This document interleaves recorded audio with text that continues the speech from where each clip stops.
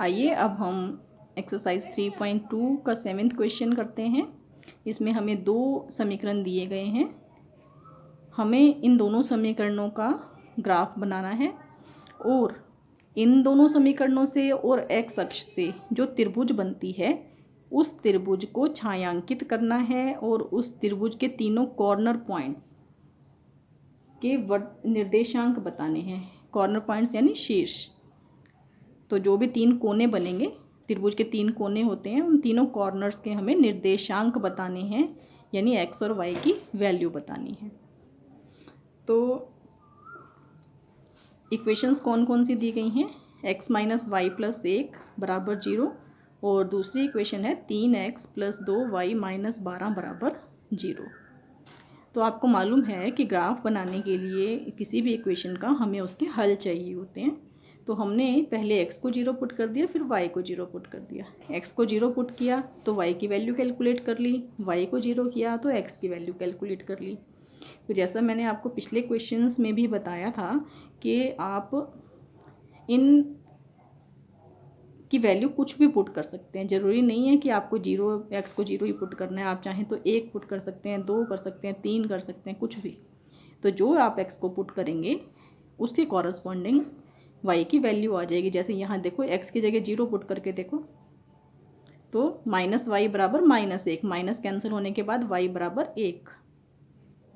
इसी प्रकार x को -1 पुट करके देख लो या y को 0 पुट करके देख लो। y को 0 पुट करते हैं तो x को 1 को उधर ले जाएंगे, x बराबर -1। आप इसे अलग से कॉपी लेके रफ में उसे सॉल्व करके देख सकते हैं। इसी तरह से समीकरण 2 के हल लिख लिए। समीकरण 2 को देखेंगे, अब वही किया है मैंने तो कि x को 0 किया फिर y को 0 किया। तो आप इसमें कुछ भी और तरीका भी लगा सकते हैं जो आपको सिंपल लगे, लेकिन 0 करने से हम कैलकुलेशंस को मिनिमाइज़ कर सकते हैं, कम कर सकते हैं। तो बेस्ट तरीका रहता है कि एक बार x को 0 कर लें, एक बार y को 0 कर लें।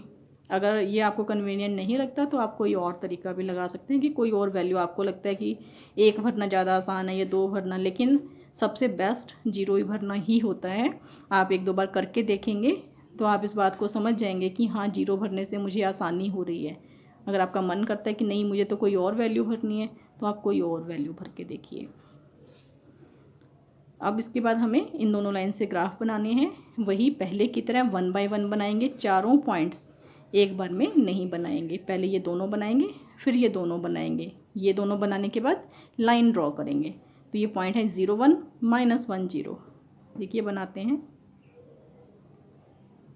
0 1 -1 0। ये दो पॉइंट्स बना लिए और इसका ग्राफ बना दिया, लाइन लगा दी हमने। और दोनों तरफ एरो जरूर लगाना है क्योंकि इन समीकरणों के अनेक हल होते हैं।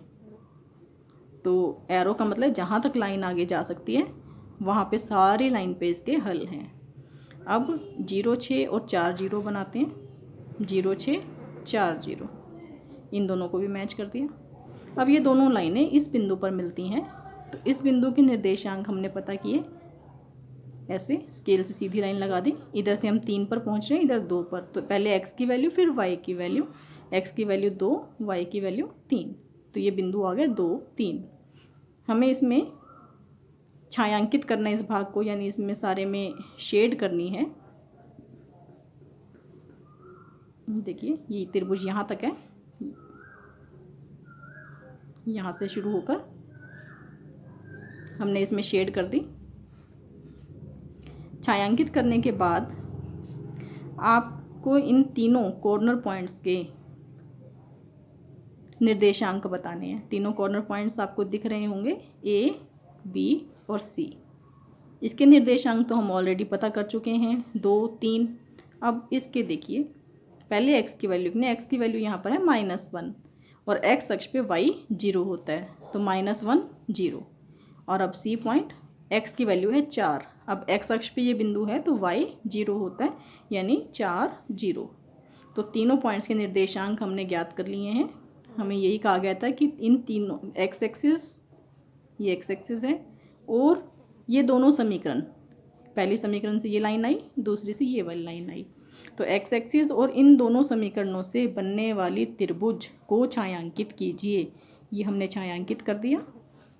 और उसके कॉर्नर्स, उसके शीर्षों के निर्देशांक बताइए। कॉर्नर्स के निर्देशांक वो भी हमने बता दिया, अब लिख देते हैं बस उसे जस्ट, कि तीनों शीर्षों के निर्देशांक क्या क्या हैं। ए, बी और सी के निर्देशांक 2, 3, -1, 0 और 4, 0। तो इस क्वेश्चन के साथ ही आपकी ये एक्सरसाइज कंप्लीट होती है।